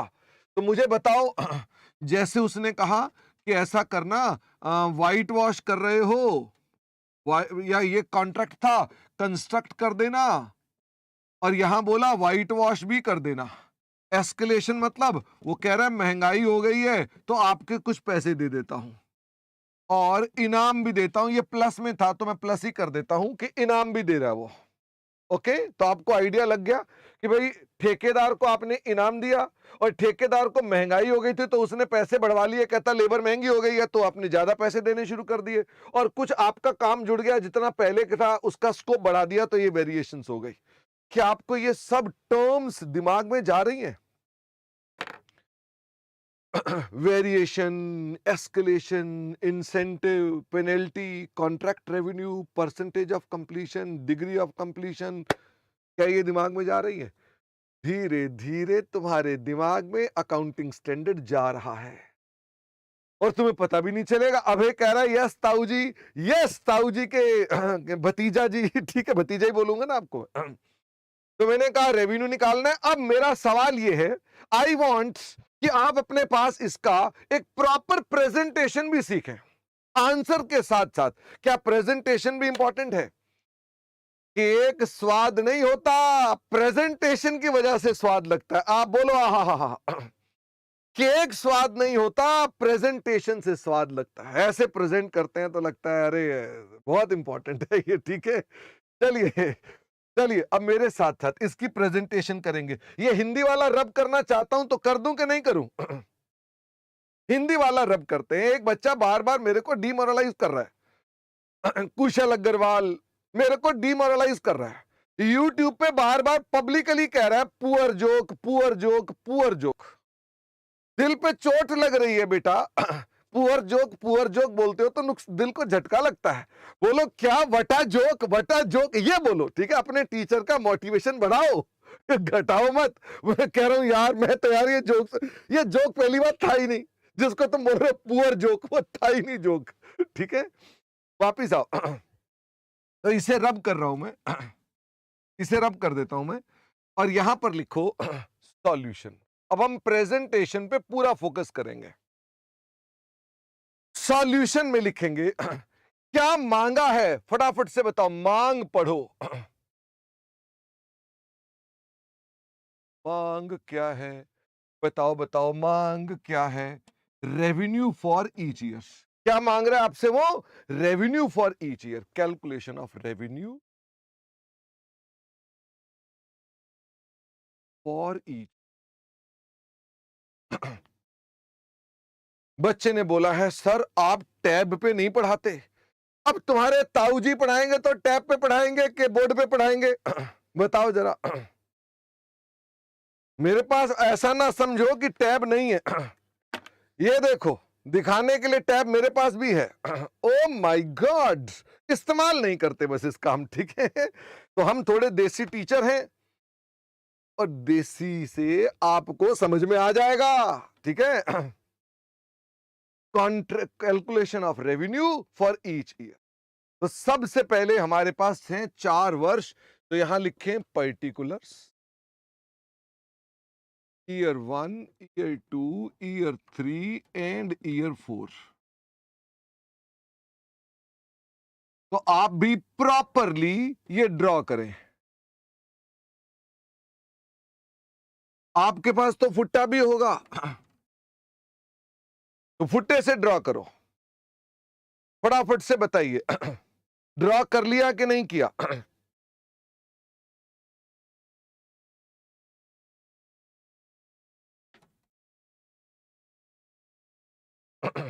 हाँ, फुट्टा क्या होता है? आदित्य पूछ रहे हैं फुट्टा क्या होता है। अपने चाचा जी से पूछना फुट्टा क्या होता है। फुट्टे को आप क्या बोलते हो अंग्रेजी में? फुट्टा मतलब 1 फुट, ठीक है। फुट्टा वर्ड बना फुट्टे से, मतलब 1 फुट। 1 फुट के स्केल को फुट्टा बोलते हैं, ठीक है। चलिए, तो यहां आइए, आपको हम देसी बना देंगे, ठीक है। आपको हम देसी बनाने का पक्का जिम्मा लेते हैं। तुम मुझे मॉडर्न नहीं बना पाओगे, मैं तुम्हें देसी बनाऊंगा, ठीक है। तो सबसे पहले लिखो टोटल एस्टिमेटेड कॉन्ट्रैक्ट रेवेन्यू। तो मुझे फटाफट से बताना कि आपका ओपनिंग में कितना बैलेंस था जो आपने अपने पास इसमें किया। कोई नहीं था।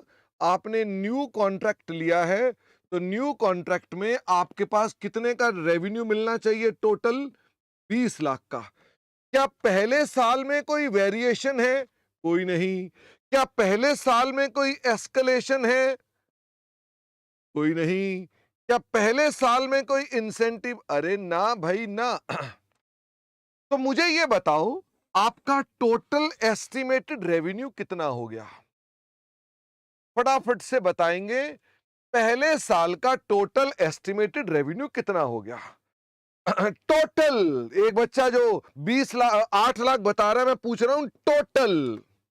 तो मैं अभी ईयर बाय ईयर नहीं किया है, टोटल 20 लाख। अच्छा ये बताओ, क्या इतना कुछ बगैर लिखे भी तुम्हारा आंसर 20 लाख ही था? इतना कुछ बगैर लिखे भी 20 लाख ही था? तो फिर आपको मैंने इसमें क्या सिखाया? बातों ही बातों में तुमने क्या सीख लिया? तुमने क्या सीख लिया कि इस 20 लाख को ऐसे दिखाना है। Okay, this is the way you have to show it.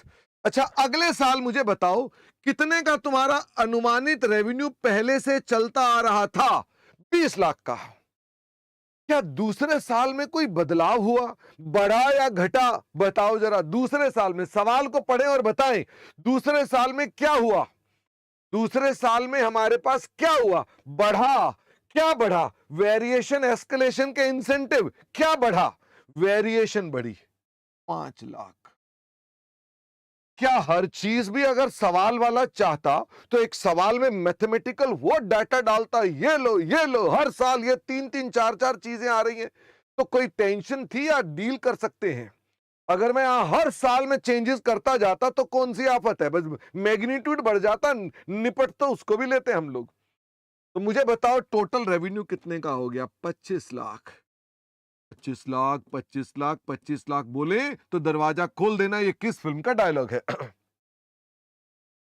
हम दरवाजे पे आके बोले ना 25 लाख, 25 लाख, 25 लाख, तो दरवाजा खोल देना।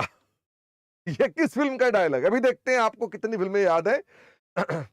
हाँ, अंकित कह रहा है डॉन। जी नहीं, माला माल वीकली। ठीक है, फिल्म का नाम है माला माल वीकली। चलिए, तो अब मुझे बताओ अगले साल में कितना अमाउंट आ गया? एस्केलेशन का अमाउंट आ गया 2 लाख रुपए। यह आ गया 27 लाख रुपए। क्या अब मुझे बताइए कि हमारे पास 50,000 और बढ़ गए तो ये मेरे पास रेवेन्यू आ गया? फटाफट से बताइए, क्या आगे चल सकते हैं? आप यहां तक पहुंच चुके कि नहीं पहुंचे? यहां तक पहुंचे कि नहीं पहुंचे? हाँ, पंकज ने मोटिवेट किया है मुझको, कह रहा है क्या जोक सुनाया है। इससे भी डिमोटिवेट हो रहा हूं मैं कि जोक तो था ही नहीं। चलिए जी, मुझे भी ये बताओ, what is the degree of completion? ये क्या बतानी है? फॉर द ईयर बतानी है कि अप टू बतानी है? ये अप टू बतानी है। मोहम्मद इरफान कह रहे हैं 50,000 तो माइनस था, प्लस कर दिया ना बेटा हमने वर्ड, फिर मैंने इसको रब नहीं किया था ना, वो तो समझाने के लिए मैंने बताया कि पेनल्टी होती तो माइनस होती, इंसेंटिव है तो प्लस है। क्वेश्चन में मैंने माइनस लिख दिया, मैंने माइनस कहां लिखा है? प्लस किया ना मैंने, ये मैंने माइनस कहां लिख दिया भाई? कौन सा माइनस लिख दिया? हाँ, अर्पित अप टू ही लेंगे। अरे भाई ये प्लस है ना मेरे बच्चे, इनाम है। आप अभी तक पिछले क्वेश्चन में अटके हुए हैं, मैंने बीच में इसको पेनल्टी बोला था, ये पेनल्टी है थोड़ी ना। प्लस कर दिया ना मैंने, क्वेश्चन को चेंज उसी वक्त आपको चेंज करके समझाया था, वापस ओरिजिनल क्वेश्चन पे आ गया। बोलो, चले आगे। अर्पित हम अप टू क्यों लेते हैं? क्योंकि अगर अप टू नहीं लोगे तो फिर बैक डेट में आगे चेंज कैसे करोगे? क्योंकि आप आज अपने पास कोई चेंज करते हो तो बैक ईयर में भी चेंज करना पड़ता है, तो अप टू ले लेते हो तो बैक वाला अपने आप ठीक हो जाता है। ठीक है, चलिए, मुझे बताओ पहले साल में कंप्लीशन हो गई है 40% और दूसरे साल में अप टू कितनी हो गई है? 65%। तीसरे में हो गई है 95% और ये कितनी हो गई? 100%। तो कॉन्ट्रैक्ट रेवेन्यू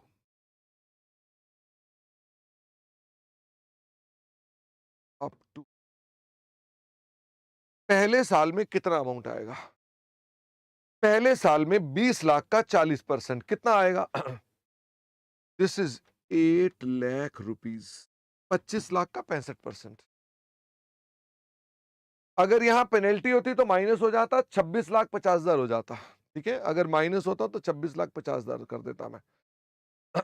तो ये कितना आएगा बताओ जरा? 25 लाख का 65% करते हैं तो कितना कितना आ जाएगा? दीपाक्षी कह रहे हैं कि सर वो तो 70 था। दीपाक्षी मैंने चेंज कर दिया, तुमने देखा ही नहीं? तो तुमने तो लिखते वक्त ही चेंज कर दिया था मैंने। 16,25,000। 16 लाख 27 लाख का 95% कितना होता है? 27 लाख का 95% कितना होता है? वंशज ने कहा 2565, 2565। छोड़ो जी छोड़ो, ये मैं निकाल के दिखाऊंगा आपको। 27 लाख 50। सबसे बड़ी फिगर मैंने निकाली है, छोटी वाली सारी फिगर तुमने निकाली थी। मुझे ये बताओ, क्या ये contract revenue of the year है क्या? हमें तो ऑफ द ईयर निकालना है ना। तो अब क्या करेंगे? तो ये है फर्स्ट ईयर का। क्या आपने contract revenue recognised till last year? क्या इस कॉन्ट्रैक्ट का कोई रेवेन्यू पिछले साल रिकॉर्ड किया था? क्या ये कॉन्ट्रैक्ट का रेवेन्यू कोई पिछले साल रिकॉर्ड किया था? ओ नहीं, पिछले साल तो नहीं, क्योंकि पहला साल है तो पिछले साल रिकॉर्ड नहीं किया था। तो मुझे बताओ कितना रेवेन्यू आप रिकॉर्ड करेंगे? Contract revenue to be recognised in the year. इस साल में कितना रेवेन्यू रिकॉर्ड करेंगे? बताओ भाई। 8 लाख है तो 8 का 8 ही रिकॉर्ड करेंगे। अब 16 25 2 वर्षों का है। क्या 8 लाख हम पहले बुक कर चुके हैं? तो बताओ कितना रेवेन्यू बुक करोगे? और 8,25,000, जो मेरे पास बहुत पहले कुछ बच्चों ने आंसर भेज भी दिए थे। बताओ, आंसर तो तुम्हारे ठीक थे, तुम्हें पता चला तुमने क्या सीखा है? तुमने टेक्निक सीखी है प्रेजेंटेशन की, कि हमको ऐसे एग्जाम में करके आना है।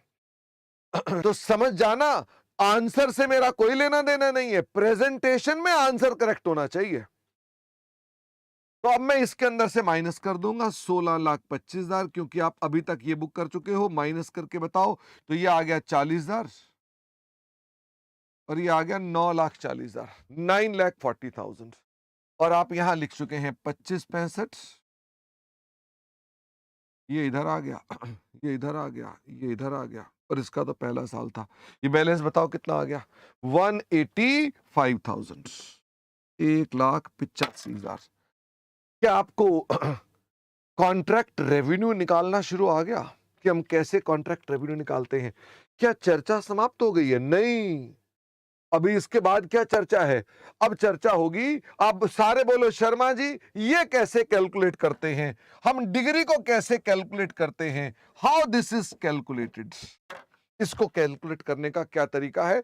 मैंने कहा हम इसके बारे में भी बात करेंगे। तो क्या मैं आपको अपने पास जो चलो आईपैड पर चालू किया तो चार्ज ही नहीं है, तो आईपैड कैसे निकालें आपके साथ? आईपैड कैसे दिखाएं? हम डिग्री भी कैलकुलेट करना सिखाएंगे, बट हम केवल आज यहीं तक की क्लास लेंगे। इसका मतलब हम कुछ दिन तक अपनी क्लासेस जो हैं छोटी ड्यूरेशन की लेंगे, और फिर फाउंडेशन का रिजल्ट आ जाएगा तो हम उस अपना कंटेंट की क्लासेस हम 3-3 घंटे पर ले जाएंगे।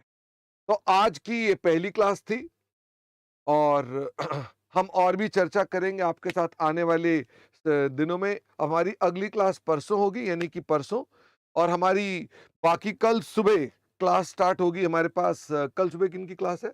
राजकुमार सर की। तो कल सुबह आप राजकुमार सर की भी, इसी जो बच्चे YouTube पर देख रहे हैं YouTube पर देख सकते हैं, जिन्होंने पेड कर रखा है वो क्लासेस अपनी पेमेंट करके देख सकते हैं। ऐसे ही हमारी डायरेक्ट टैक्स A1 फैकल्टी है, डायरेक्ट टैक्स की हमारी। इंस्टीट्यूट ऑफ चार्टर्ड अकाउंटेंट्स ने उन्हें सम्मानित कर रखा है बेस्ट पेपर के ऊपर टैक्सेस के अंदर। तो मैं आपसे कहूंगा कि आरिश खान सर बहुत A1 फैकल्टी है, जरूर क्लास उनका डेमो क्लास अटेंड करें और तब फैसला करें अपने पास। हमारी सारी क्लासेस आपको एक से बढ़कर एक मिलेंगी और कहीं पर भी आपको कसर दिखाई नहीं देगी। Thank you very much and see you very soon, day after tomorrow at same time 5 PM। Bye bye.